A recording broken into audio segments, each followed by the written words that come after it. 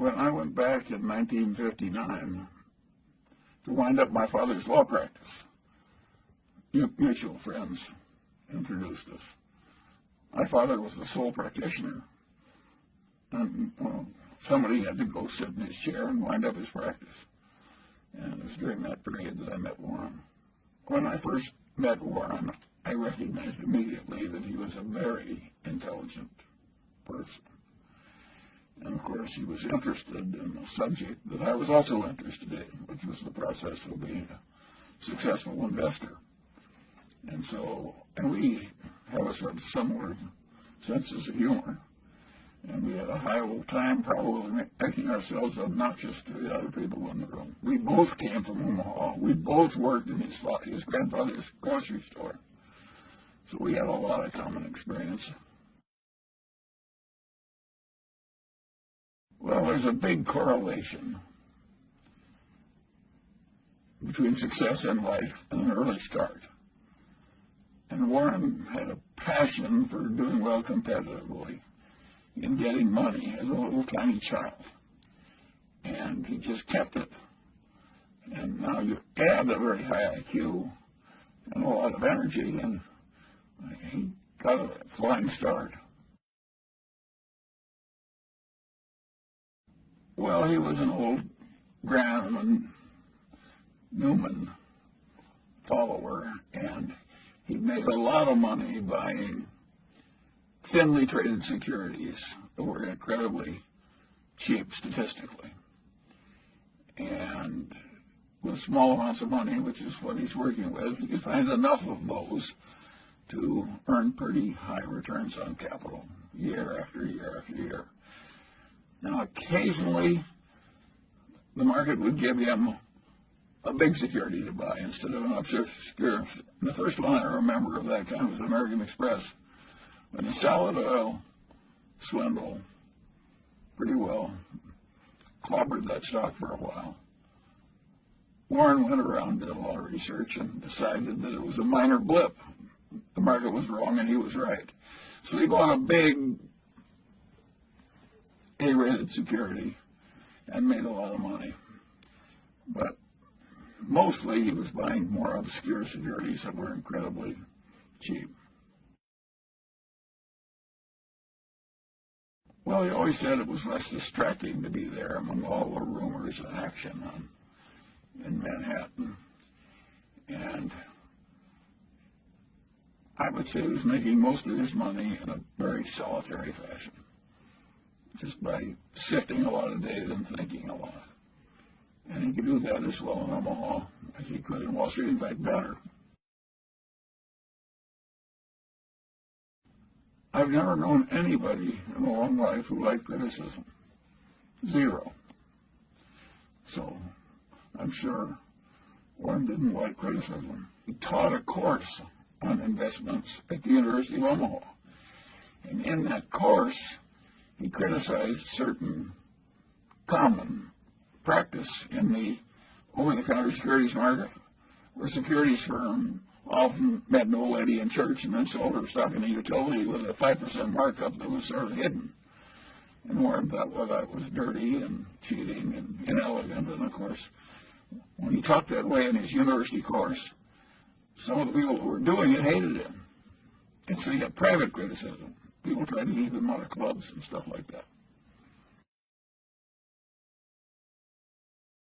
If he'd bought it in his partnership, which he owed more of, he would have made a lot more money. And as it worked out, he made billions and billions of dollars for a bunch of people he didn't even know. But I don't think he can call it a mistake in that sense.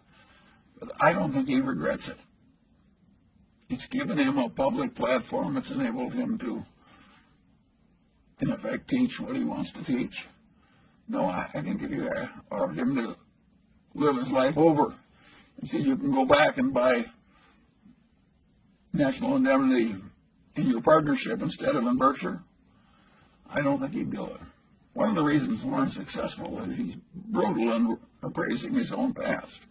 He wants to identify misthinkings and avoid them in the future.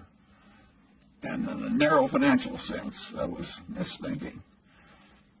But I would say in a big sense, it was fortunate misthinking because his life worked out better. We're social animals. We're supposed to help one another. And we can do it in various ways. And there's nothing that helps people more than helping them get rid of a wrong idea and replacing it with the right one. You know, it's like God's gift. And so, and unless we're trying to avoid sin and error, helping other people avoid it it's a useful thing to do. I think the sort of solid Middle Western, unpretentious background helped. I don't think it would have helped if the Mungers and Buffetts had been at the exact pinnacle of Omaha society and been going to the fancy balls and owning the local newspaper or the local bank. I think then we might have worked out differently. But what I call a solid upper middle class background in Omaha, I think helped us both. Well, Warren was very close to his father. And, of course, he didn't like it. But Warren soldiers on. I think it just sobered him and hurt him. But both Warren and I could look at our fathers and see what they did right and what they did wrong. Warren's father was a strong ideologue, real old-fashioned right-wing ideologue, as was his grandfather.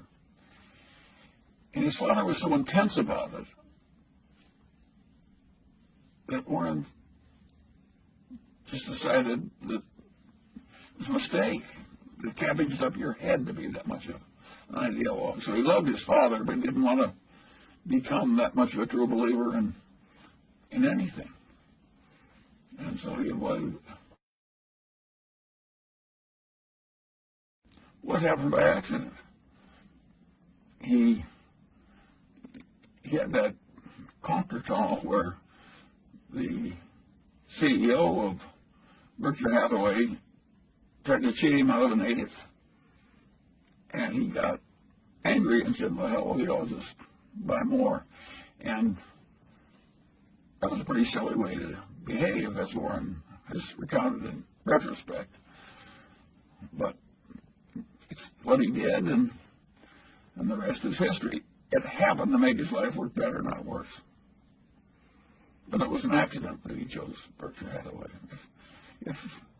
If the chairman hadn't tried to cheat him out of an eighth on an $11 price, there wouldn't have been any Buffett-Berkshire Hathaway history.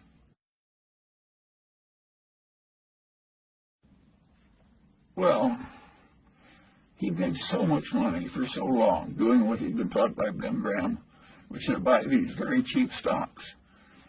And if they were cheap enough, he didn't care it was a lousy company and a lousy management. He knew he was going to make money anyway just because of the cheapness. And I always knew that would be self-limited, that would only be available for a while and then it would go away. And that it would be easier to make money by getting into the great businesses that either had a great manager or were businesses where a fool could run and still prosper. And so I don't think I did anything but maybe cause Warren to go where he was going to go anyway a little faster. And I don't think I changed him. I think he would have been there anyway. There was more potential for the long pole in getting in the good companies. We both wanted them cheap, but cheap, good companies was the field that we shifted to. And, of course, that was really important when we started to buy whole companies. We never had an argument. We just kind of roll with it easily. We never had a fight. But suppose Warren doesn't want to do something that I would have done. And suppose that happens 4 times over 40 years or something. What the hell difference does it make to me? Why should I fuss over that? And also, suppose one of us makes a mistake that the other wouldn't have made. And that happens 4 or 5 times. Why should anybody care? Net, the record is working out fine. Yeah, we believe you. You should go at life with a certain amount of equanimity and rationality. He made millions and millions of dollars value investing in lousy companies that he bought very cheaply. Besides, it's unpleasant to watch lousy companies you don't like. It's much more fun to watch somebody you like and admire succeeding than watching some jerk kind of half mismanage some company that's very cheap. It's a better life. It's the reason we don't short stocks. Even if we could make a lot of money doing it, I don't think either one of us would bother. We found it unpleasant. You're crazy if you're rich to deliberately go out and do a lot of unpleasant things you don't have to. Well, that was the most useful idea that Ben Graham ever had. Have the mindset of somebody that was buying into a business planning to hold for the long pull. And use that mindset when thinking of stocks. And neither one of us have ever departed from that one.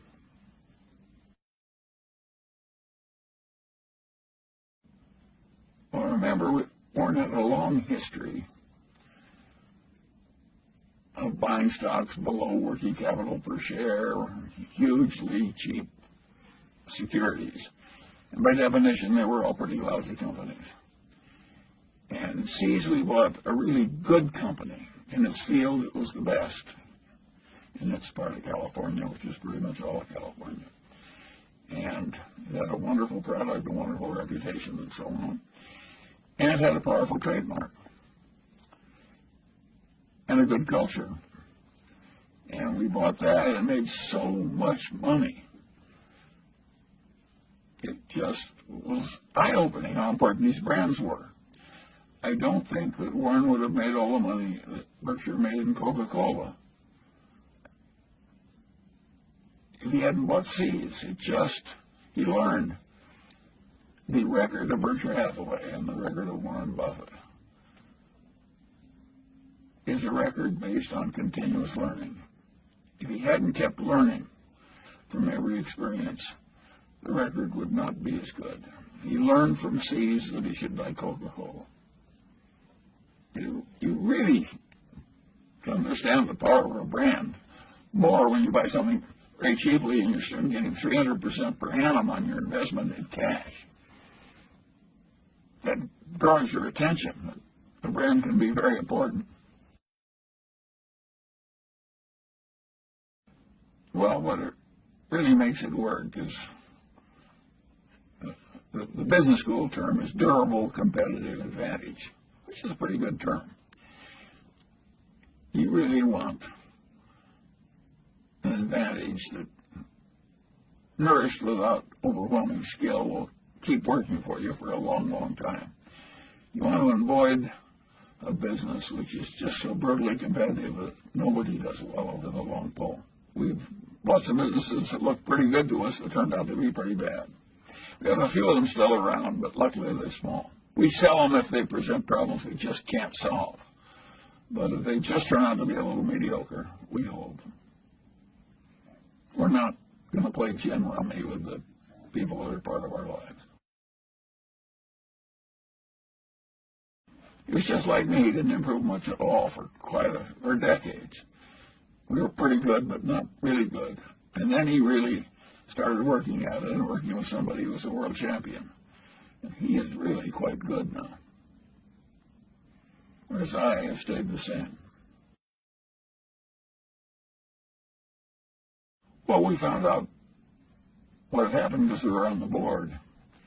And that's another example of a mistake that finally worked out pretty well. We never should have bought into Solomon. It was too much trouble. It was too much danger. It was too much involvement, and Warren would have probably made more, even though the investment finally worked out well. It caused a lot of agony, and Warren would have made more money some other way better. So it was another mistake that worked out well. But the crisis, once we were on the board, the company could have gone under. It was a very serious, exciting crisis with crucial meetings, and if Nick Brady, the Secretary of the Treasury, hadn't relented on a key point, Solomon might have gone under. And he went with Warren because he trusted him, and it saved Solomon. It shows how having a good reputation is really helpful in life. The interesting thing about that is Nick Brady's family had owned stock in Berkshire when it was a textile company. And he, when he was at the Harvard Business School, determined it was a lousy business, and he had his branch of the family sell out. The other branch of the family stayed, and the guy got to like Warren when he came on the board, and he was kind of a stubborn New Englander. And he held all his shares in this lousy, failing business. And, of course, he became enormously rich. Whereas Nick Brady, who made the correct decision to get out of a lousy business, watched his relative who knew less and hadn't gone to business school and so on, made this great fortune. Life is full of little ironies like that one. I don't think it bothers Nick Brady. He's a pretty mature fellow. But it was one of those crazy quirks of life. Well, if you start with a bunch of lousy businesses, which is what we started with, but we're going to wring a fair amount of cash out of those businesses. So basically we started out with cash and ended up buying a bunch of businesses, including insurance companies, and drove Berkshire without really issuing much stock to anybody, from virtually nothing into hundreds of millions of dollars of market cap. Nobody else has a record like that. There's some great conglomerates: General Electric, United Technologies, Honeywell, but nobody has a record like that. If you're in a big bureaucracy, it can't change. It's just too hard. So you may say, well, I'd like to operate that way with no overhead and just a few people at headquarters and quick decisions that are good. But they're locked into a procedure like the Army or Navy with lots of meetings and people. And they just can't get to where we are from where they are. And they know that. And so they just shrug their shoulders. Some people can do way better than I do by that method. Why, God bless them. I don't envy them because I can't follow them. Well, I think the modern Berkshire is pretty much all a reflection of Warren. The businesses that he started with are gone. Most of them died under him. And so he's created Berkshire with nothing but a small bit of starting money. Well, we used to have just 30 people in a cafeteria, and now we have this huge public spectacle. But I think it's helped the company. The big spectacle meetings. It's helped the teaching part of Warren's personality. I think it's been very good for us. Remember, Warren used to volunteer as a teacher at the University of Omaha. He likes a certain amount of this. He would hate doing it all the time. No, I think Warren has his life just the way he wants it, including the annual meeting. Celebration is part of making a group of people work well together. It's a celebration. Well, he came out of a private partnership where people he knew were trusting him a lot when he was obscure. And he had his relatives in the partnership, and they were not rich. So he always had a good stewardship idea, and he just As they got bigger, started treating everybody else the way they treated his relatives. That is a very good idea. I have a name for it. I call it extended Confucianism. It's a very good idea to extend your Confucianism, certainly to suppliers and customers and so on. It's so powerful. I constantly talk about Berkshire, a seamless web of deserved trust. It's such a simple idea. Then bureaucracy has so much dysfunction and evil buried in it, even when the people in the bureaucracy are not awful people. That running a system that has practically no bureaucracy at headquarters is hugely advantageous to Berkshire. I'll tell you how you do it. Have you ever seen a juggler juggle 25 milk bottles? How did he ever get to do that? The answer, he started with 1 bottle and 2 and 3 and just kept doing it, and pretty soon he was at 25. And that's the way we did it. Now there's a limit. Maybe the guy has to stop at 25. And I don't think that is happening to us yet. Our return is slowing down. But Berkshire is still a collection of businesses that are above the average quality of the indexes. So it's a very respectable investment, even though it can't work the kind of miracles it did when we were young. That's a source of enormous satisfaction to both of us. Well, I think our philosophy is basically pretty universal. I don't mean it's the only way to get ahead, because there are a lot of different ways to get ahead in a competitive, scrambling world. There are even some roads that get ahead. I have always loved the statement of one of the popes about Cardinal Richelieu. What the Pope said was, if there is a God, Cardinal Richelieu has much to answer for. But if not, he's done very well. Well, there are a lot of people who succeed like Cardinal Richelieu. I don't want that kind of success, but a lot of people get it. Well, we both love the investment game. It enables you to think about a whole lot of intertwined things. And you get to watch a lot of people who are fabulously good at doing something, who are your partners. That is very pleasant. It's a lot like being on a winning football team or something.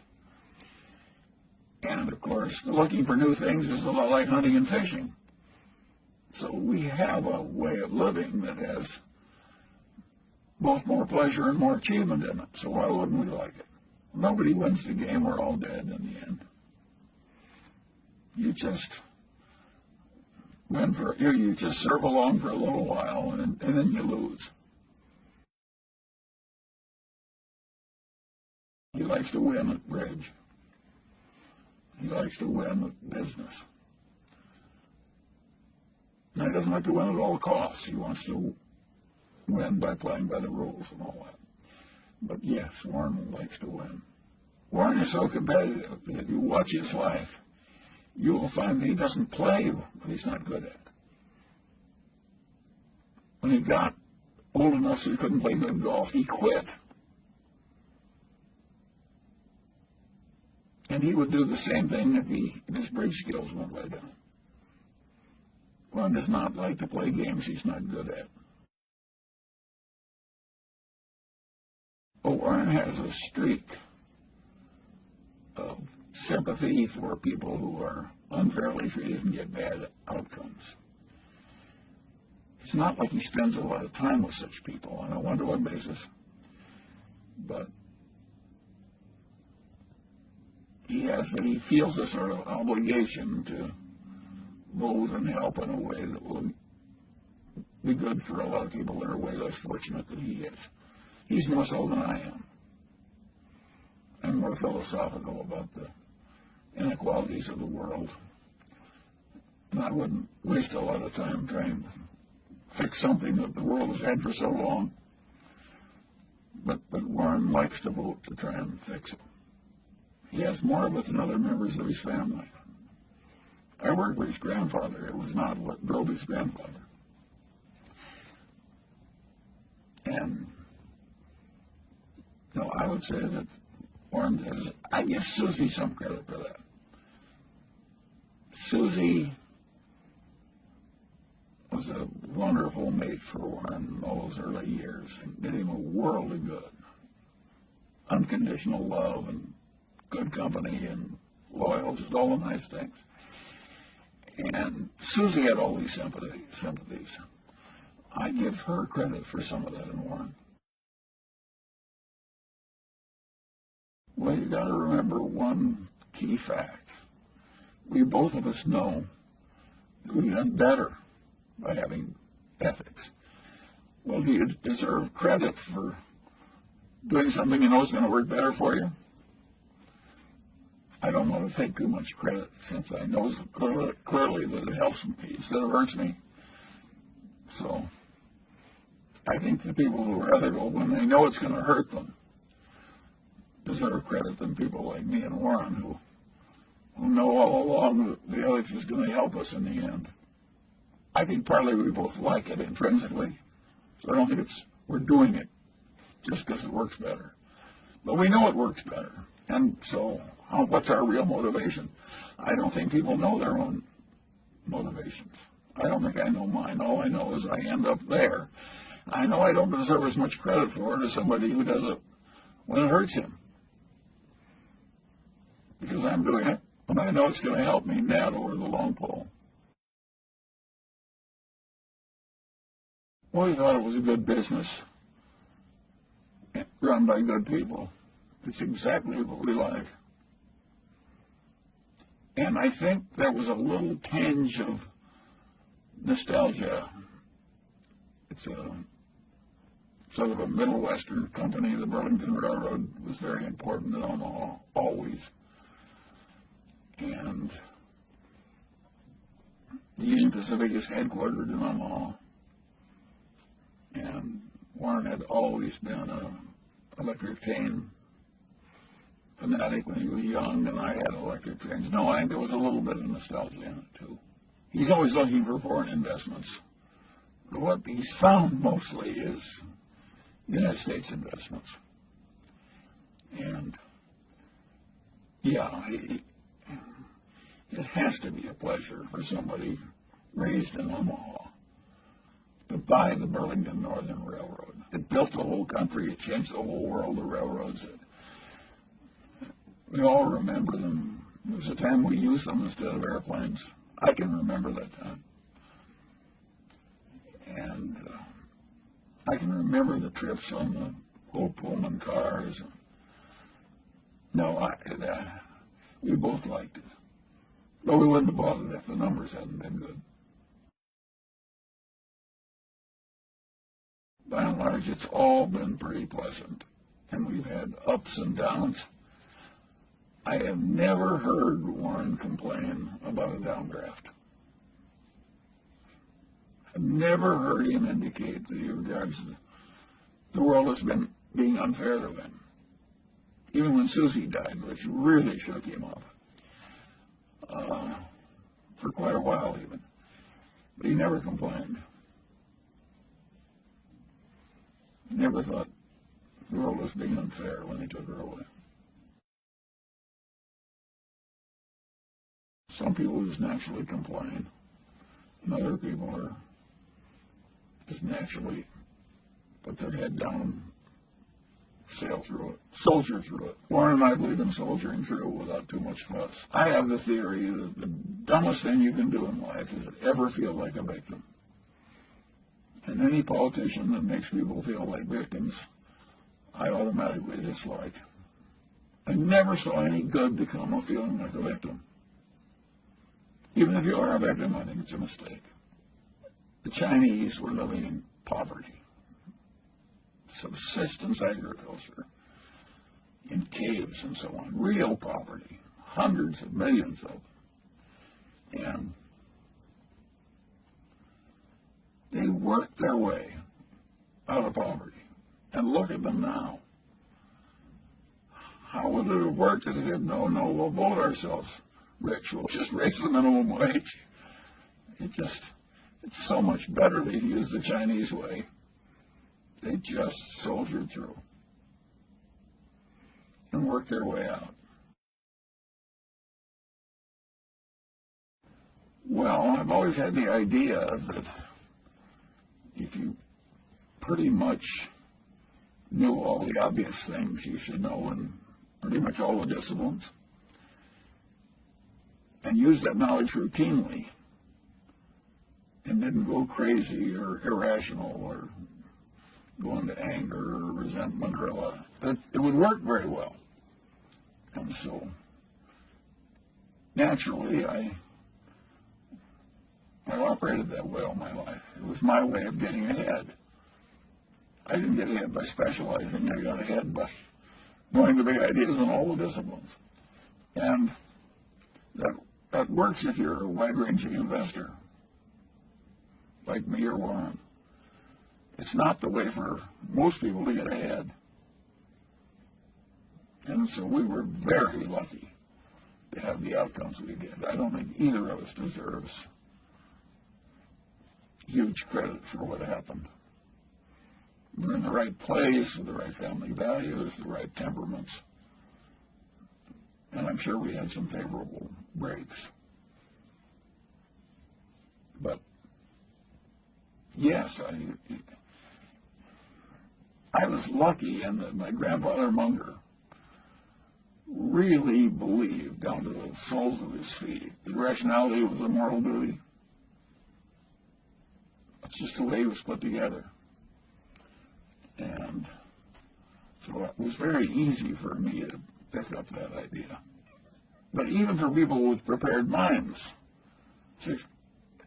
we had better results than are at all common. So there was some luck in it. Amazing how you can go through a modern textbook in psychology, whole damn 1,000 pages, and the subject has been worked over by generations of academicians. You will not find people talking about the way that when you combine 4 or 5 psychological tendencies at once, you get a Lollapalooza effect. But it's a hugely important idea, and I don't know why a whole academic subject. I think the reason they ignore it is it's hard to do their little experiments to prove it. Listen, Berkshire is a Lollapalooza effect. There are several factors that intertwine, all moving in the same direction. Both of us prefer to make our money in association with people of merit. But if a marketable security was available in gobs on a horrible, mispriced basis in some lousy business, I think we might still buy it. The things are cheap enough, it sets the juices running. I'm not sure we're right to do that, but I think we might do it. It hasn't happened in a while. So we tended to drift out of it, but would we ever go back in? Well, Warren did those derivatives. We sold puts on the indexes. I think we'll make lots of billions of dollars out of that very easily. I think both of us believe the world would be better off without those derivative markets. But if they're there and it's mispriced, we act. They're for sale, it's a public market. There's no dishonor. If you ask me as a voter, if I would vote the derivative markets like that one out of existence, I'd do it tomorrow. And Warren wrote the best and only letter when the options exchanges were allowed. He wrote a letter of objection. It was like the only letter.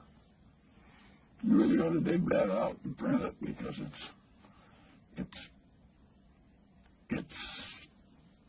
he was so right.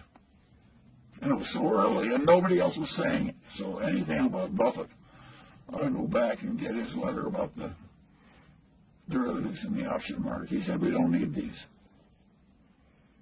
And even when 2007 came, nobody dug it up and played it up big. But you can do it. You probably should.